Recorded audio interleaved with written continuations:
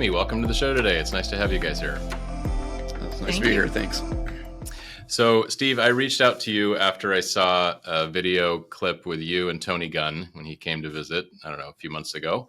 And I was just so struck by the story of your business and the origin of it that I reached out. I'm like, I just have to dig a little deeper and have you share it on this podcast. So I would love for you both to share a little bit of the background of how the business started.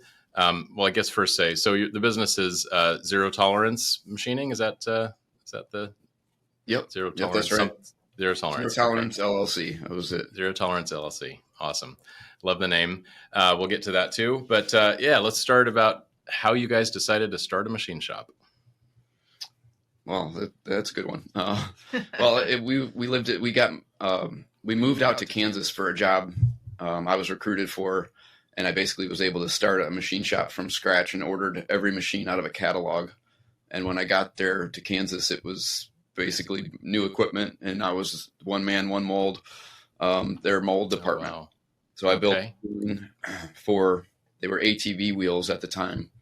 They were carbon fiber injected with it was actually a nylon and carbon fiber mix that was patented by the founder, my boss, and DuPont. So I was able to start building the tools for them, which I had done in Michigan previously before the founder moved back to Kansas, which is his hometown.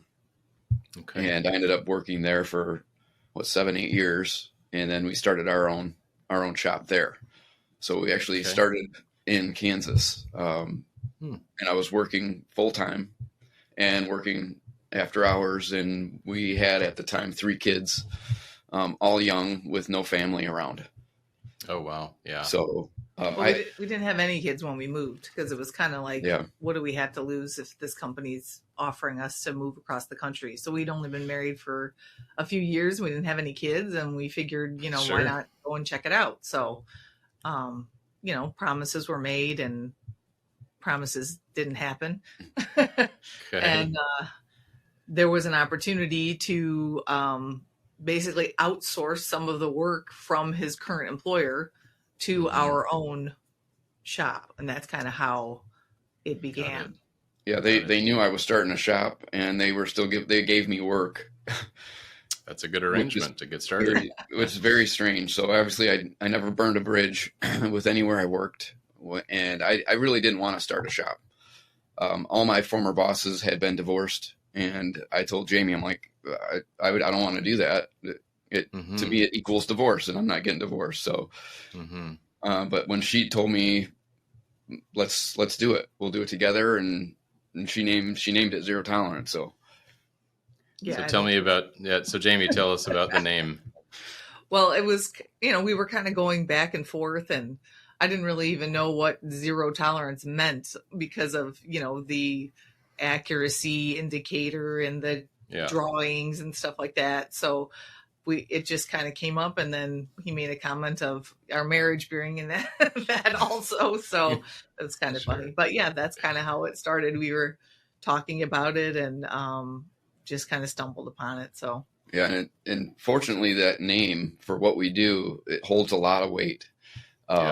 When people see that, they're like, "Well, they must be good, or we're lying," right? So, I was always meticulous about what I did and how well I wanted to make it perfect, and it drove me nuts that sometimes you just can't make it perfect, but you can get darn close. So, that was I thought it was a great name, and when if she was on board, I'm willing to try it. So we ended up doing it, and I've been told by a few people I worked with that said, "Why don't you have your own shop?" And I had my reason. So now I end up doing it, and we survived there for a year.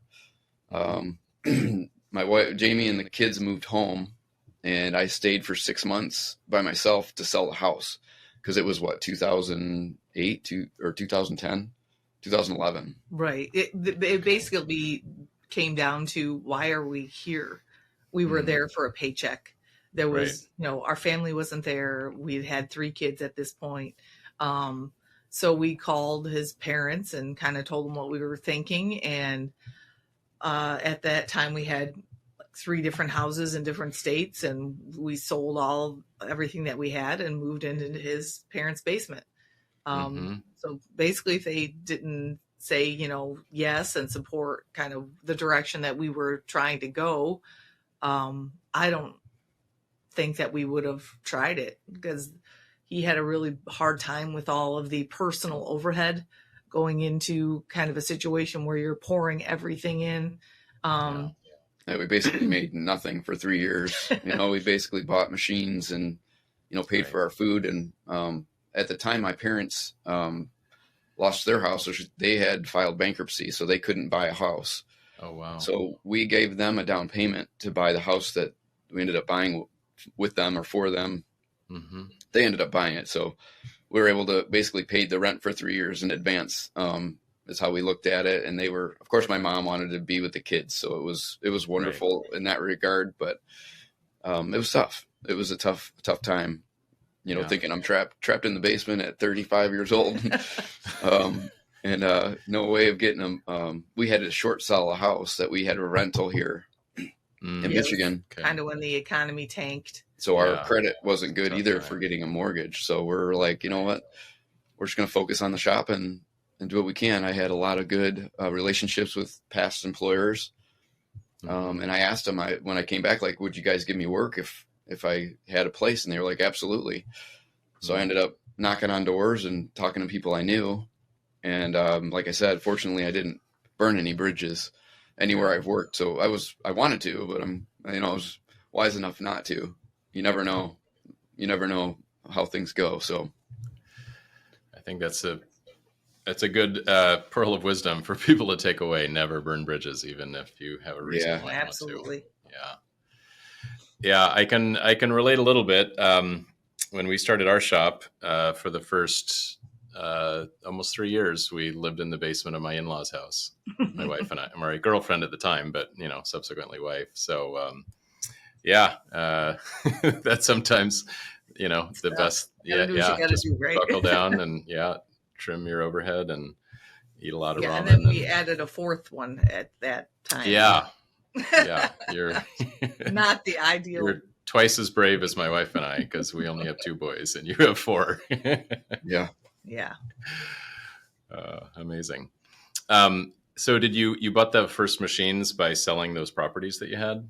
No, actually we got a tax return. I ended up buying a used Fadal from an aerospace place in Wichita, Kansas. Okay. We still have the eBay ad. Oh, that's awesome. We should frame it, actually. Yeah. So I bought the thing and it was really trashed. So I spent 3 months rebuilding it. I couldn't afford the repair guy. So I had him come in for a couple hours to show me one section of the ways I was in the turkite I was trying to fix. And he showed me what to do. And then I did the rest myself. Had to recalibrate it, full of chips and blood, and it was great. Wow. And then I think we ended up using that machine for 5 years after that, and ended up selling it for 3 times more than I bought it. So it was a great learning experience. You basically learn how to be your own maintenance. You learn how to do all the things that you really never even thought of. And it was really an adventure. And I guess what drew me into it is all of the learning that I got to do. I didn't realize how much I liked learning until you get involved with it and you're like, well, now this is a completely new thing. And, my shop teacher, he always taught potential, not limitation. He's like, no one told you, everybody tells you can't. You have to tell yourself, I didn't know I couldn't. And that's kind of the mentality I had. And I don't know, I just, I was really fortunate. I had a lot of, you don't realize the context that you have as you work for, 10 years in a field, the amount of people that are willing to help you. They find out I was starting a shop, and I had people left and right asking, what can you do? What is your capability? Just salesmen from plastic houses. Carl from DuPont, pretty much was our salesman, just by being kind, really. Yeah. But he knew we could do the work. So I ended up getting a lot of good a lot of good leads from them that we still get today. So Mm-hmm. really fortunate. Yeah, that's fantastic. So you started with the Fadal, rebuilt it. I'd be curious to know what goes into rebuilding or resurfacing tercite or whatever it is. But Turkite, it's the material between the ways. okay, So it wears out if you don't clean it. Well, this machine was not cleaned. It was just Yeah. It was pretty rough. I replaced the ball screws, the spindle, the ball screws in all 3 axes, and recalibrated them with Joe blocks. Every inch I would write down a number and put the compensation in the control. It was a big learning curve for me.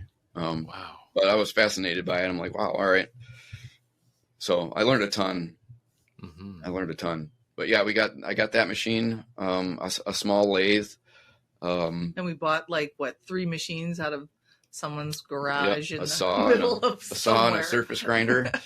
Right. So I had a lathe, a Fadal surface grinder, and the software. I learned the software and started designing and building tools. We had a small space in Kansas, and I used every bit of it. And then we ended up moving what I did have to Michigan about a year and a half later. Right. Yeah.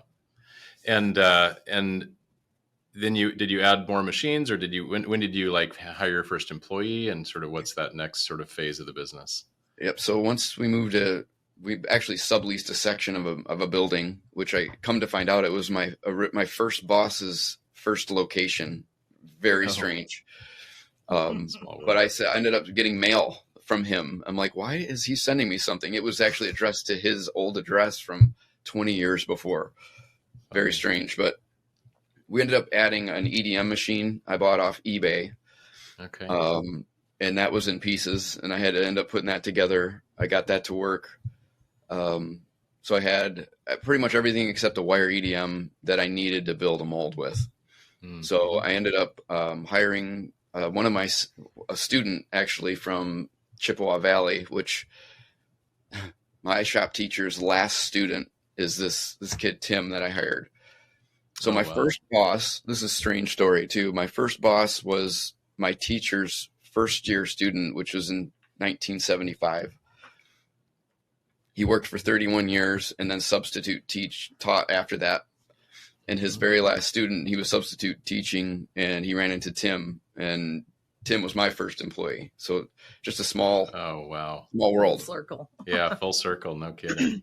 So then I had him. He was my first employee, and I contracted the design work to a buddy of mine, and he was doing designs for me on his laptop and would come into the shop and help me out when I needed it. Mm-hmm. So he was kind of freelancing at the time. So we then moved into another building that was bigger, and we ended up getting, I think, 2 more machines. And then I hired a full-time mold maker. He was probably the best investment I made. He could do everything I could do. I worked with him for years, and it was it was expensive. I'll tell you that it was expensive. We had to do payroll. We started to learn. Actually, Jamie got involved with setting up payroll properly and all that. So we learned a ton that way. And then we ended up getting more and more work and referrals. And we added probably 4 machines in that second building, mm-hmm. and sold a couple EDMs and bought a newer one. We added more than that there because we added the molding presses too, or the molding press. Yep. So it kind of evolved, and I think our growth sometimes was forced by our employees. So our first employee, I don't want to be a 1099. I want a paycheck and a W-2. So we had to figure out how to do that. Mm-hmm. Then we evolved further, and then we figured out being a small shop, you couldn't compete with these larger shops if you didn't have all the additional benefits. So we had to figure out how to add, health insurance and dental insurance, and do we do a 401k or IRA? So a lot of those are growing pains, but ultimately, you want to do the best for your employees because that's how you keep them.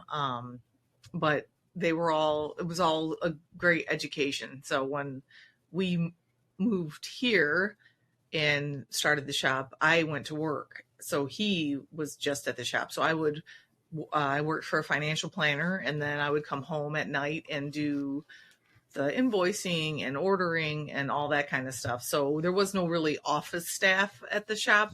Sure. And then I ended up getting pregnant with our fourth son. And it was kind of funny because I kept telling my boss, oh, I'll just, be a few months and this, that, and the other. And then I'm going, how? I have, 3 little kids at home. I'm having another one. I'm out to here at night doing payroll and, invoicing. And yeah, so I said, we have to figure out how to pay ourselves. We have to figure out how to take a paycheck. And so that was kind of another thing that forced us where we'd have to budget. So we had at that point 2 employees. We weren't taking a paycheck yet. And then it kind of forced us to figure out how to pay ourselves at that point. And then I would go in to the shop a few days a week and do all the, paperwork and kind of stuff like that. So she was the wizard behind the curtain, taking care of a lot of the stuff that's super important, but you don't look at, as you get started, you're like, wow, you take for granted, having a job and then someone taking care of all those things. You don't realize the energy and the thought. She looks at their insurance. She's looking at their benefits. She's taking good care of them. I mean, that's what you need. So absolutely. Yeah. And if it's not making chips, you're like, I need to focus on making chips. Right. Exactly. Right. I got to get sales and make chips. So, yeah. And that was another thing that kind of forced us. Like, I didn't know how to use QuickBooks. I would stack our invoices. When it was tax time, I was manually adding them together. I was like, well, I didn't know anything. So we had to move into QuickBooks and payroll, and it's always learning. It never stops. I mean, to this day, we're going through certifications that are way above my pay grade.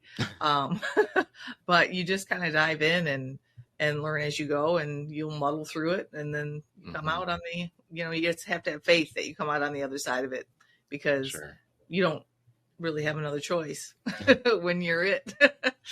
Yeah, that's well said. So I'm curious to go back, figuring out how to pay yourselves, that you need to be able to pay yourselves. And then the decisions of, with employees of, all right, we got to start adding health insurance or a 401k plan or whatever.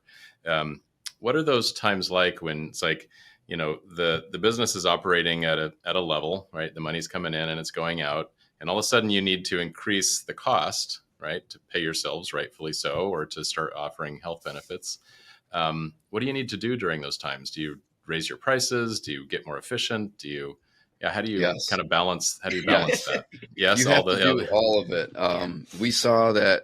Yeah, I was getting work really because I was low cost. And I realized that a couple customers are like, you guys are really good. And I knew I was going to have to increase the hourly rate, let's say, of the shop. So I ended up doing that. And then we also got into fixturing. How can we make it more efficient for us to do what we're doing with less interaction, less human error? So we got involved with getting like the Aroa and 3R systems implemented in the shop. Even if it wasn't 5-axis, even if it wasn't automated, you start using these fixtures and you start to see more. Like you walk a mile, you see a mile. So Jamie, we were buying these holders from Sunspot EDM, and she saw an article in Craigslist that the company was for sale by what was his name? Madigan. Yeah, Chuck Madigan. So she ends up getting a hold of him, and we end up buying that company on a land contract. And now we also supply EDM holders to all kinds of places around, plus ourselves. Okay. So that was an interesting transaction that we did. Yeah. It's been beneficial. So it went from there. And Murphy, we ended up hiring my niece to help us with the books, or Jamie, and she ended up helping us start all of our social media, Instagram, LinkedIn, Facebook, and we started to get some traction that way. And then we were also able to advertise our sunspot holders through that as well. Mm-hmm. Then Practical Machinist was interested in us, and we did a shop tour when we moved into this building. Yeah. So it's been I kind of went off on a rabbit hole there. Yeah. No, it's good. Sorry. Did you see tangible results from that social media effort?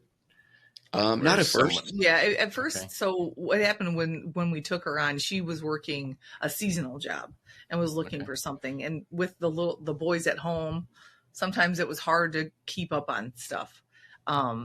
So I brought her in initially part-time and kind of showed her how to enter stuff into QuickBooks and, walk through our process. And so because she's of the generation, she was like, well, I can talk to my friend who just graduated from college and he can build you guys a website. It's only going to cost you, so much money. So I was like, okay, great. And so it's almost like she created her own kind of thing. And then she was like, well, we should probably start a Facebook.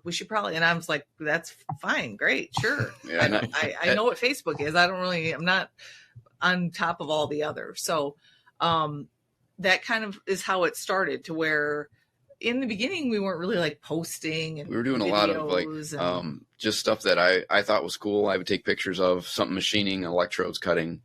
And she really didn't know what that was, but I would take them with my phone and send them to her, and then she'd post them. And so I was like, well, that's pretty cool. And then there were a couple times we sent something out and we got like 100,000 views on a CNC cut. That was just ridiculous. So that kind of started to grow more of the attention to us.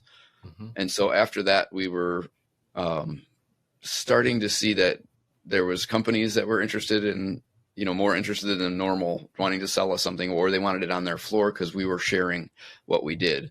A lot of shops can't share because of NDAs or whatever. Sure. So I made sure that I'd ask or put it in the quote, like, based on our marketing, some of your process may be shown. If you don't want us to do that, let me know and we won't. So I think people like to see the real jobs getting done on the floor. And then we started to get into firearm stuff where there was curved magazines and gun frames. And those are obviously real popular type of tooling to see. So and Murphy's done a really good job with communicating with the people that, will ask questions, and then she'll come and ask me, and we'll try to solve problems for people that are communicating with us through those platforms. So it's really important to do that.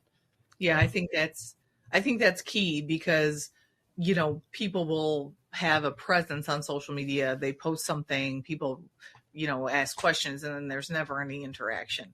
And so with her, having that as one of her primary roles, she is, like he said, asking the questions, getting the answers, and then he'll, go to these seminars and people walk up like, oh yeah, I talked to you on LinkedIn. Mm-hmm. Right. Sure. It's pretty funny. Yeah, some of them I know, some of them I don't know. Sure. But it's important to, get involved with the community. It's a small community. Machine shop in the U.S. is not as good, it's not as humongous as it is in China. Mm-hmm. There's just a ton there, and we're looking to grow and expand what we do. And it's a high tech industry now, where there's these kids coming out of high school are so hungry, and they're sponges, and they need more of our time to show them. And I'm truly believe like the new education, the new college is YouTube. Yeah. People are going to YouTube to learn. And that's where we've kind of focused some of our stuff. We did an EDM series with Practical Machinist, a 5-axis one as well. And I'm going to start doing one that's all about mold making. Like, what does it take to build a mold, and there's so many different, machining operations that happen that can be shown. And it's not a dirty, grungy shop that the parents don't want you to get a job like that, but it's paid the bills, and it's a good career. Mm-hmm. Yeah. Especially I've had, 2 sets of brothers on this show, and we have another set of brothers that's a customer, but all of them never touched foot in a shop, laid hands on a CNC machine before they bought their first machines after watching a ton of YouTube videos, right? Wow. Like they just consumed machining videos and decided to order a CNC machine and have it delivered to their mom's garage.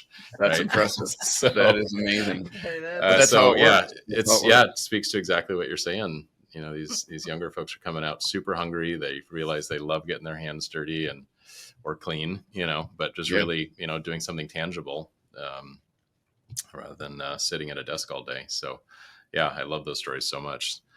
So, speaking of that, do you get engaged with local technical colleges or do anything with workforce development? Or yeah, we're Murphy has basically set up a program with Stevenson Made. It's a high school, and we did a pilot program last year where they came in. They had to design a part, design the mold, and we had to build a single cavity, kind of a quick turn mold for them for their senior capstone project.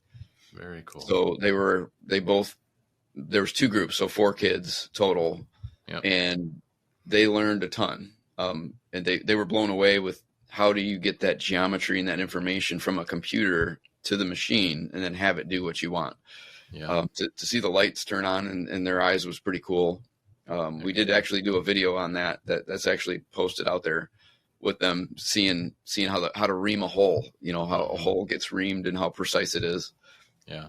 And it was really refreshing to see that energy, compared to working with the same guys over and over and for so many years. And what we do, it doesn't seem very exciting, but to a fresh pair of eyes, they're like, wow, that's amazing.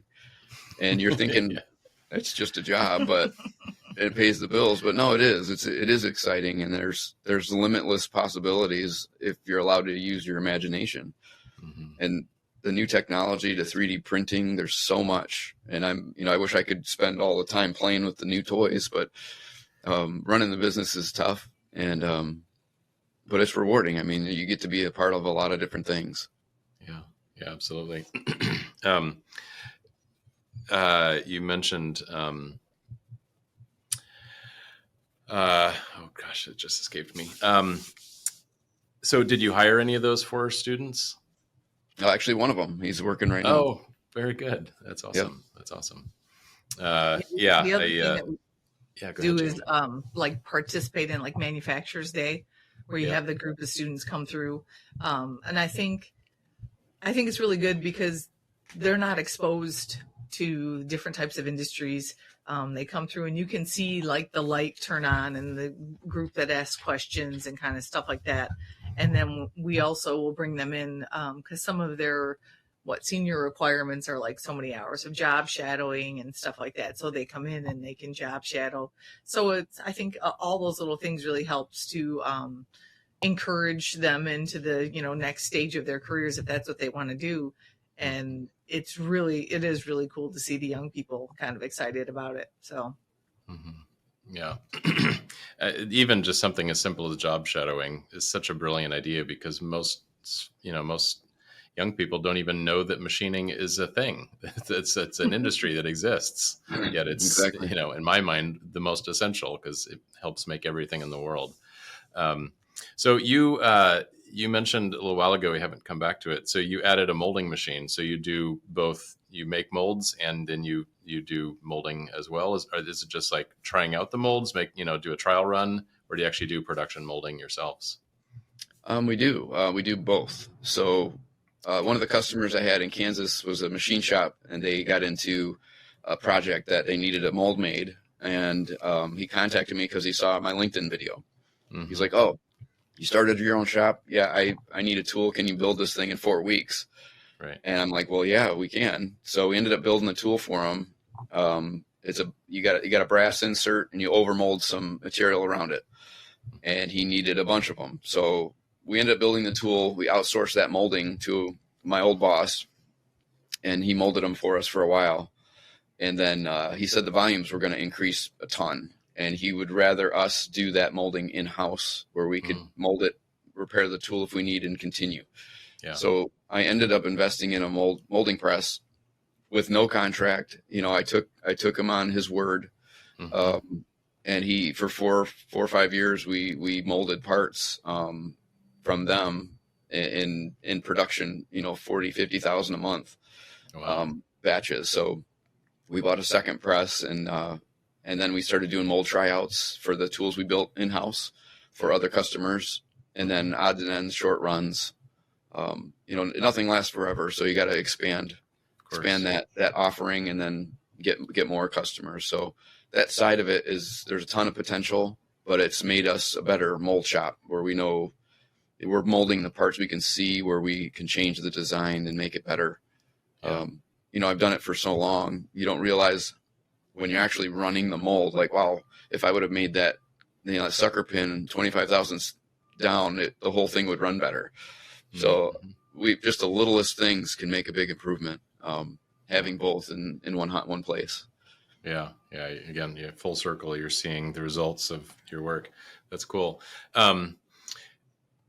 You talked about some of your staff is on the older side. Yep. How are you going about trying to get what's all that knowledge they have in their heads out of their heads and into the younger people, or into a documented system, or get that tribal knowledge passed down?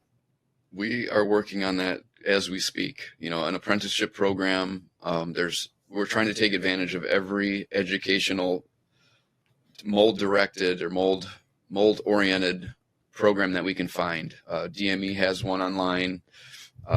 There's Titan of CNC. Everybody's heard of them for CNC stuff, but nobody's really teaching molds that we know of. So we're going to be putting together a few things to help introduce it, and then run through building a simple tool like we did with the students, but have it in a video format where people can go back and watch it. And not only for our shop, but others as well, kind of an introduction to what we're doing. From what we can tell, being a member of the AMBA, it'll be beneficial to many shops and around town and across the country. So we're hoping to gain some traction when we start releasing that. And then also, bring some of the kids in as we do it, and actually teach them in those videos as we're going. So I think it'll be a lot of time and a lot of investment for me, but it's something I can't not do anymore. I'm going to probably lose, 3-4 guys in the next 5 years. So I'm definitely one next year, and then so on. So I have the two young guys now here, and they're learning the software, doing some basics out on the floor, as helping sweeping, saw cutting blocks. So they're getting their feet wet. They're not full time, but they're pretty dedicated to it, and that's what we're trying to put together. But it's a big task to put together an apprenticeship program, and allocate. The Macomb Community College has a set of classes to take that's directed towards mold making too. Oh, very cool. Did you help? Did they just happen to have that, or did you help build that program or contribute to it? There was another company, TK Mold, down the street. They actually got involved with it a few years ago, and they came up with it. And they're part of the AMBA, and we talked with them, and they helped us out and said, "Here's the direction that we went, and this is what we did." So we're trying to not reinvent it. We're trying to take what's already been done and utilize it like anybody would, to save time and energy, and try to customize it for our specific quality of work or level of detail that we do. So some of it's custom, but some of it is basic information that you can learn, and not really put a lot of energy into that curriculum. So that's really been my challenge, is how do I put all that? How do you do that? How do you suck all that knowledge out? You can give them the information, but you can't give them the experience. So that's where, I have someone that's built tools for 30 years. They just do things that they don't even know they're doing. It's like subconscious competence. They just know, hey, if I don't do this way, and if you don't see that, someone's explaining it. Like, I think a video is very powerful in that regard, because you're seeing them do something. They're wiping off the granite to get the dust off of it, and you're looking at them like, why do you do that? It's clean. Right. Something like that, where you start to realize those little fine details that make up what makes a good tool maker. It's that attention to detail. And so do you shadow them and like record what they do, or just take copious notes and ask them why they're doing everything they do, or what is the actual process? We've basically made some videos of some, this is just the beginning of what we're doing. So it's not at all figured out. It's just the beginning. I've got an intro section set up and then the whole mold process. So as we do it, I will be doing that. And I'm going to be pairing them up with certain guys for a certain amount of time, because I can't not be productive, as you know. So yeah, that's really the challenge. It's how do you train and also not be less productive, Right. Especially when you're busy. Yeah, that's when you need their help, and then you can't afford to teach them. It's really a catch-22 challenge for sure. Yeah. So you mentioned AMBA, just for those, and even myself. What is AMBA? It's an American Mold Builders Association. Got it. Okay. So there's probably, I don't know how many members, but everybody from Connecticut to Michigan, Pennsylvania, Chicago. Every year they do a convention in Grand Rapids area, where they all get together and kind of share best trade, best practices. Their speakers that talk about business, that talk about your interpersonal relationship skills, your management, everything under the sun for what it takes to run a business, and especially in the molds, in mold making. Very cool. When did you join that organization? Probably 4 or 5 years ago. Yeah, something like that. It's been a little while. It's really great too, because I think in the trade, from what I see, everybody tries to keep their own, little techniques and, under wraps. And it's really kind of refreshing to see this organization getting these, companies together to share ideas and share the struggles, because everybody's in the same position. When you start having conversations, you're going through the same struggles when you're trying to build, the struggles with the people and the work or the customers. Even though when you're going through it, you feel like you're alone, but everybody is out there with the same struggles. And it is nice to know that you're not alone and you're not the only one. So. Yeah, and there's a group of people that will, kind of have your back, or you can reach out and they're willing to help, just like, surprisingly, like when I started, no one wanted to talk to me. I was a 19-year-old punk kid, and I got this, veteran next to me wouldn't talk to me for 6 months because he didn't think I knew anything, which he was right. But I did want to learn, and I was growing. So I was starting to perform, and then he finally started talking to me, and then the lights came on, like, wow, these guys are these veterans are like brilliant. They've seen so much. What can I learn from them? And that's kind of what I did. I try to be a sponge. Yeah. We not when we had our own shop, but in the recent 4 or 5 years, we joined NTMA and PMPA. And it's just so obvious these organizations are such an incredible conduit for sharing knowledge between companies, and the individuals, just kind of like you've described, they're really actually quite open of sharing their experience and helping others, and sort of contributing to this community. And I love that about the metalworking industry in general, just good salt of the earth people that are here to kind of support, even though you might compete, in an actual job to job basis, but still we all realize that the rising tide lifts all boats. And if we all work together more, we can help each other out and help the industry and manufacturing in North America. So yeah, that's fantastic. Let's talk about, you mentioned sales a few times, and obviously Murphy is crushing on the social media game. How do you go about growing the sales of the business since the early days to today, and how has that evolved?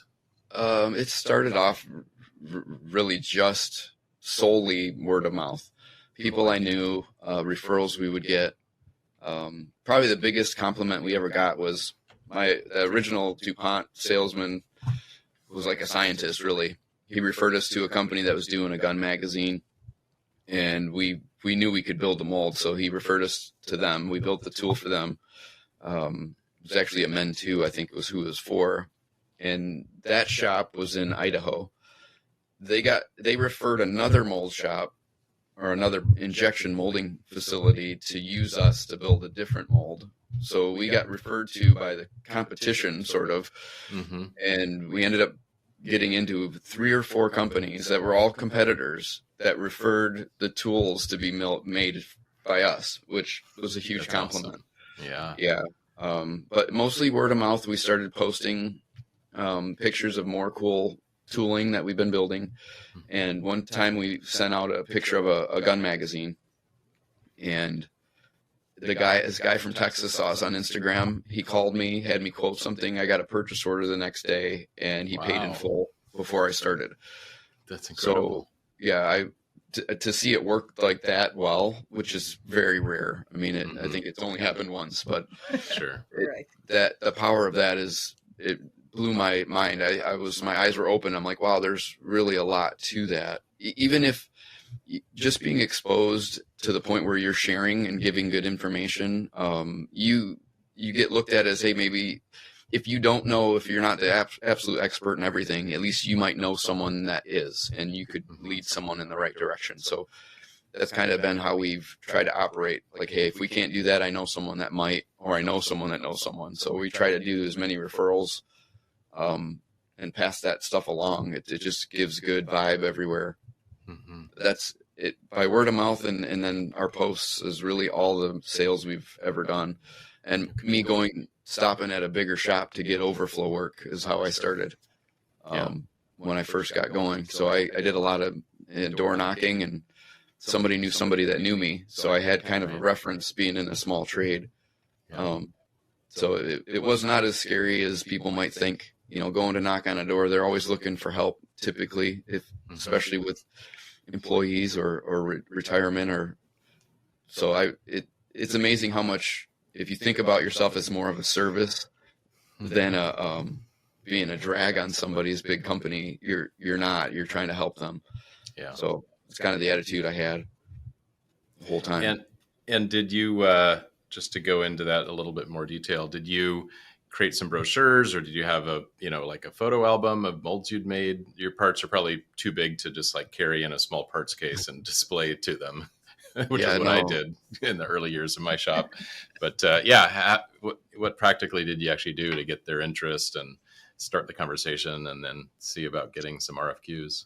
Well, one we had our website made, and we had a lot of posted pictures up there. It's like, here's the tooling we built.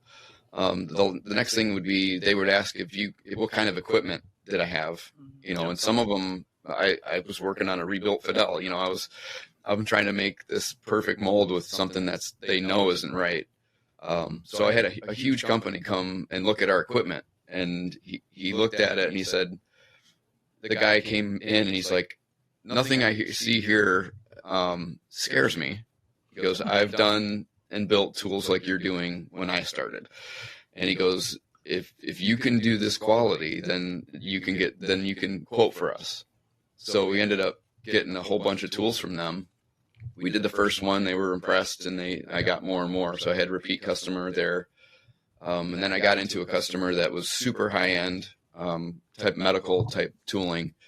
And they gave me this tool for half of what it should have been. And I was just determined to show them that I could do it. So I built this tool. It was probably $6,000, and it should have been more like 20. And I literally stayed up all night working on it. But I turned it around and it made good parts right away. And they were like, all right. I think they were planning on rebuilding it if I screwed it up, is really what I thought. And we did a good job on it. And I'm doing work for them to this day. That was probably 7 years ago. So it's been, it's one of those things, you kind of take a lost leader, you're part of that carrying the mold around is, here, I'm willing to do the work. And if for free to show you if that's what it takes. So that's where I was at, and it's paid off. Yeah, because the more and more that you show that what you can do, and then that would had to lead us into buying the higher end equipment to be more efficient at doing it. So it's get paid, it pays off in the end if you can do the work that you're saying to do and that you can do, and the social media backs it up, and it's kind of crazy how that works. Mm-hmm. How it's all evolved. Yeah, that's a good formula. So what did you guys, I'm actually curious to know, how many machines or folks square feet do you currently have today? I don't know the snapshot. We got about 10,000 square feet, and we got about roughly 14 machines. So Okay. like 9 CNCs, 2 EDMs, wire EDMs, so 3 EDMs, Yeah. fast hole machine, 3 grinders.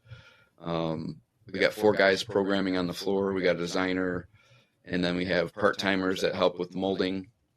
And Murphy, 2 molding presses. we didn't really go into that. She was working part-time at first, and we had the chance to do that molding work for that customer in Kansas. And I said, you know what? I can't do all that. I said, if you're willing to learn this and you can run the molds, then I got a full-time position for you. And she said, sure, I'll try it. She had no idea.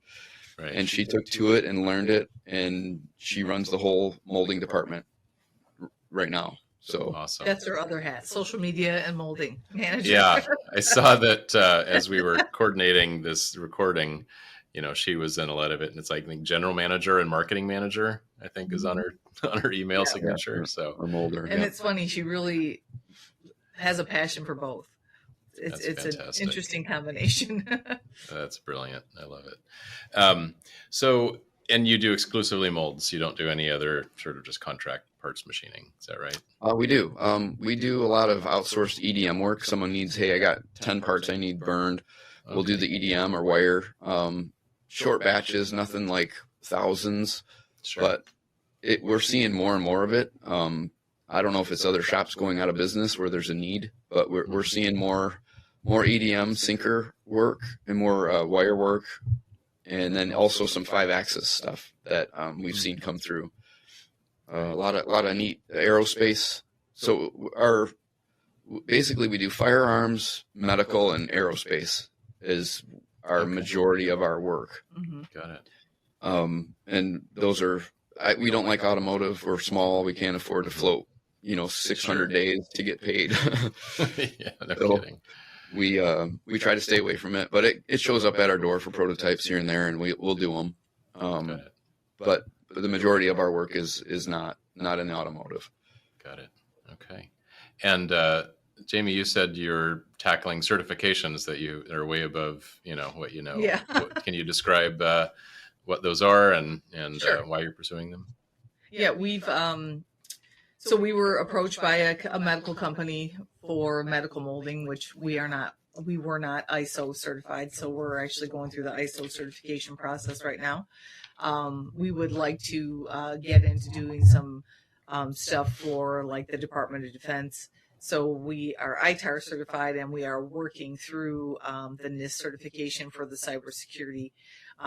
So I think, all 3 of those going into this next year will definitely be Open some doors for us, for sure. Open some doors for sure. We missed out on a job simply because we didn't have the ISO.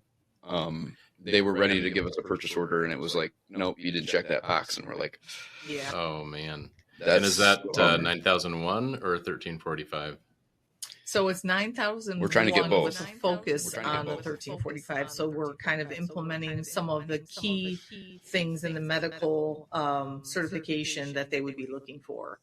And the process is it's pretty in depth. It's intense. That's Yeah, it's pretty intense. But we're working through it and implementing procedures. It wasn't as taxing as I had thought, because ultimately we were doing a lot of the things that are required, just not documenting them the way that they need to be done. So just kind of getting that all in order is a little daunting, but we're working with the company and to do that, and it'll happen.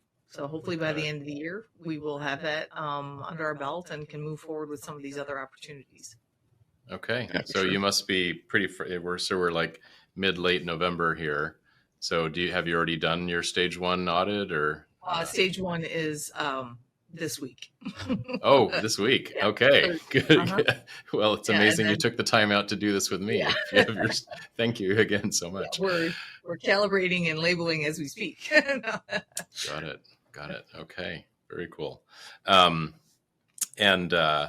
so then you're going for the NIST kind of / CMMC, which is a whole different ball game. Yes. But for serving aerospace, are you also looking at AS9100, or is the ISO going to be sufficient?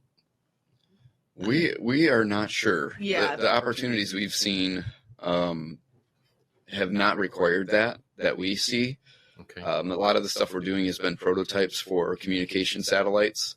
Mm-hmm. So they're looking at us getting all the all the inspection stuff completed. We're actually getting a CMM, real nice CMM here shortly to do some of these first FAIs for some of these really really tight tolerance aerospace parts that are going in on satellites. So it's kind of neat and intimidating, but good stuff for sure.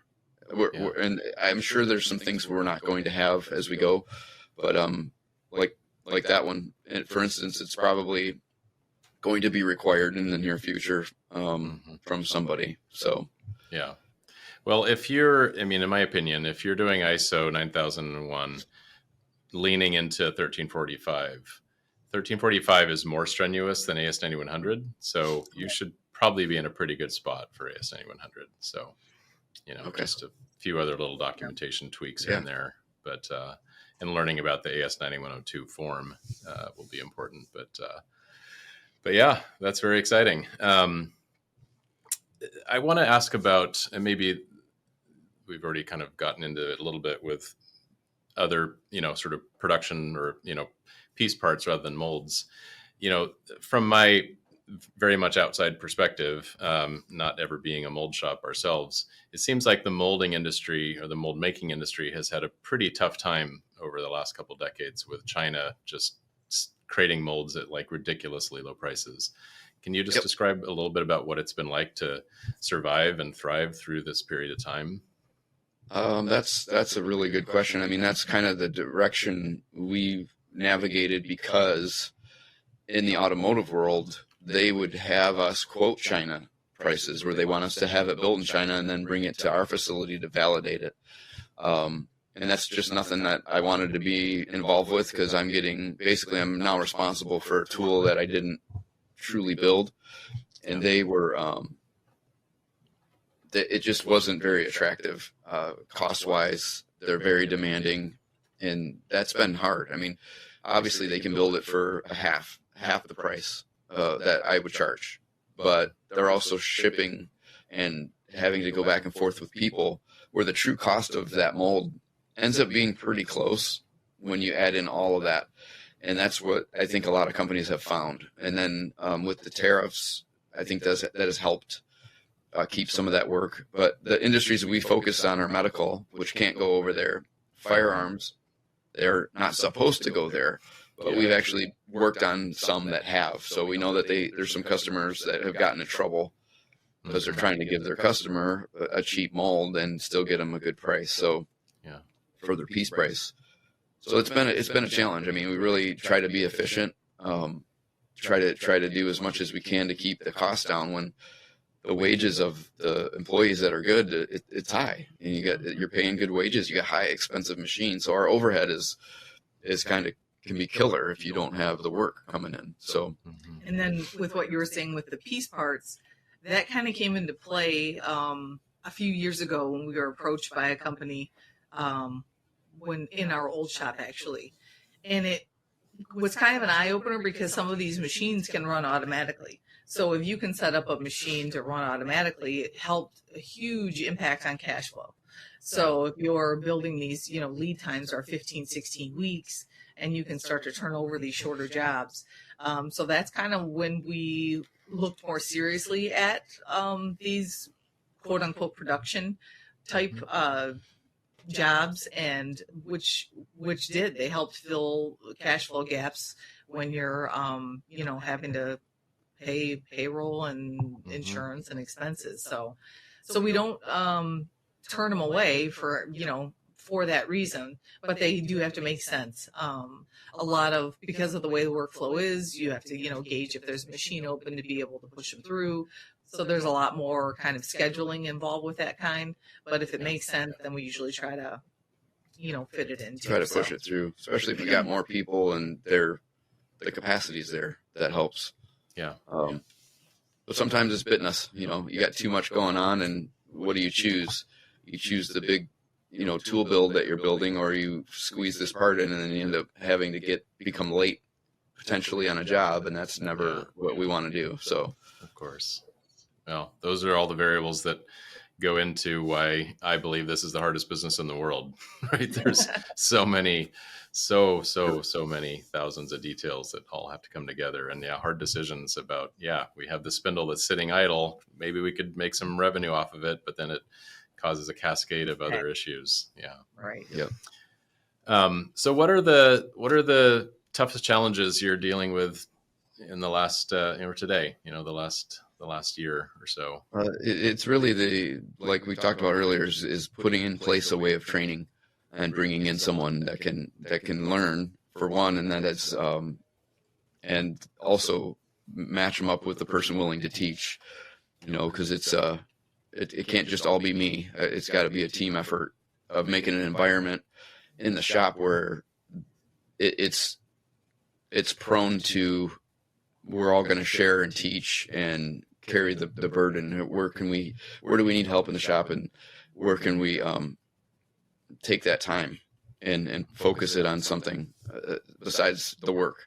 It's coming up with the training. It's spending time on something like a video that can cover a series of things, and we can use it over and over, and make a prerequisite series where, hey, if you can get through this, you're going to have an understanding of what we're going to do on the floor. That's really been my challenge today. Yeah, that's a big one. And then also keeping work coming in. Yeah, we've been fortunate. We've been very steady. It was kind of funny. One of the guys came back to me the other day, and they were like, "Oh, just so you know, I only worked 35 hours last week." And I'm like, "Good for you." It doesn't happen very often. So it was kind of funny. There's usually overtime. Yeah, 50 to 60 is typical. Wow. They're kind of a breed of their own back there. Yeah. Him, for example, has a breed of his own. Yeah. There's a lot of, everybody has lots of hats, so we try to keep it as slim as you can, but also as productive. Yeah.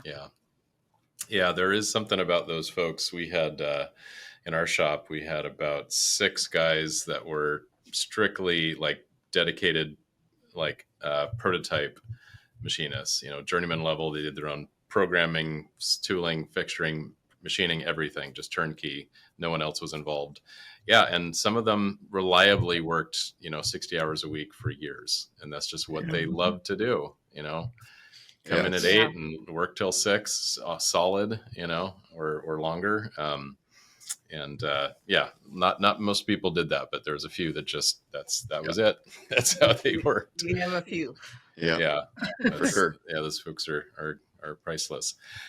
Before we hit records, Jamie, you talked about starting to work on more dedicated on the culture of the business. Can you talk about why you chose that? I think we all know why it's important, but and what you're doing specifically to improve that. So Steve and I, we learned early on that counsel is very important. Getting your, business analyst or CFO, we have a fractional CFO to kind of look at the numbers, and he's a member of a CFO group, and I attend regularly with him sometimes too.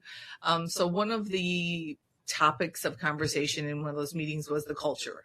And I think that we kind of all take it for granted that we kind of implement it with our own actions and what we do for our employees, and but portraying it to them in a different manner is what we've been trying to do better.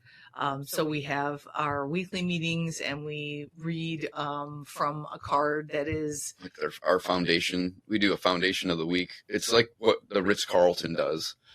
Okay. You know, it's not just it's not just like a purpose that you put on the wall. It's actually, here's how that plays out. Like, you go above and beyond in the workplace, not only for your coworkers, but also for our customers by doing this, and this. So we have, it's called Culture by Design. It's a book. The speaker, the author of that book, actually came and taught at our Vistage group, which is our CEO group. And he explained how important it is for that culture. And he got it from the Ritz-Carlton, how they're across the world, they're all doing that every week. The beginning of every meeting, they start with a foundation, whether it's be honest, be on time, and then they explain what that means in your day-to-day work, not just some word on the wall. And you can see, so we incorporated this into our like weekly meetings, and reading it, kind of sharing our examples of it in our personal life or business life. And there's not so much a pushback, but kind of a reserved, like, you know, what are you guys doing here type thing. Yeah, right.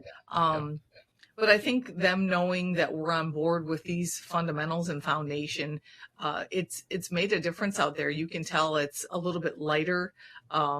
People aren't, you know, they're caring about what's going on next to them and caring about the work that they're passing on to their, you know, coworker.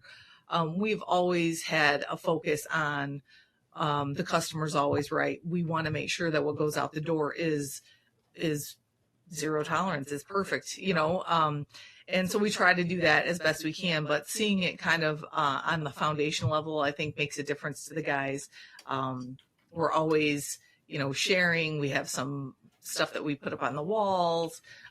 Through the ISO certification, we've sent out some quizzes with our quality standards. And they all are kind of stuff that we've done behind the scenes, but maybe not so much put in their face so much. Like, I don't know, it's always in the back of your mind, like, we do good work and we try to serve our customers, and but saying those weekly things and kind of doing it more with our actions is it's made a difference. So yeah, it does. We have like 31 of them, so we basically do one every week. So we'll do that, and then we do the next one, and then I have some of them, like top 5. I have little spots in the shop where you wash your hands and you'll see one. You know, take care of the customers first, and our quality, make quality personal, and so on. So it's kind of like the advertising, where if it's constantly in your face, what kind of Coke do you want? It kind of turns into that type of thing. So that's kind of the philosophy behind it. Well, you're about to answer I think you answered my question. So I was wondering if they're the same thing as core values, but if there's 31 of them, that's probably a bigger list. It's more than core values. The guy kind of argues about his philosophy over core values, because they end up being 5 core values or 3, and no one really knows what they are. But when you make them a personal statement and a definition of how you live that out in your workplace, then it sticks better. That's the thought behind it. Right. But the book, I highly recommend it. It's Culture by Design. Okay. That's a great recommendation. We'll make sure there's a link to it in the show notes. I often wrap up these by asking, what are your sort of best strategic moves or wins you've made over your company's history that you would recommend to other shops that are earlier in their growth phase? So yeah, what would you suggest is something you would advise newer shops or shops that are looking for some of your wisdom? I would say, if you're asking me, it is our biggest competitive advantage is our ability to learn faster than the competition. So don't be afraid the technology that's out there. Get involved with it as soon as you can, whether it be a new technology in the machines, working with AI, Chat GPT. We've been recommended to really utilize it as much as you can and find out even if it's not useful, at least you're going to know if you get it, if you inquire about it. So that would be what I would suggest. Is I've been a sponge for new stuff, and I think I've bought stuff that I shouldn't have, but I can never regret it because I learned. I learned something. Hey, don't do that again. Or, wow, this really helps. And now I can do this better than this other shop that has more than us or whatnot. So that would be but do it as smart as you can. I mean, don't leverage yourself and then lose your company.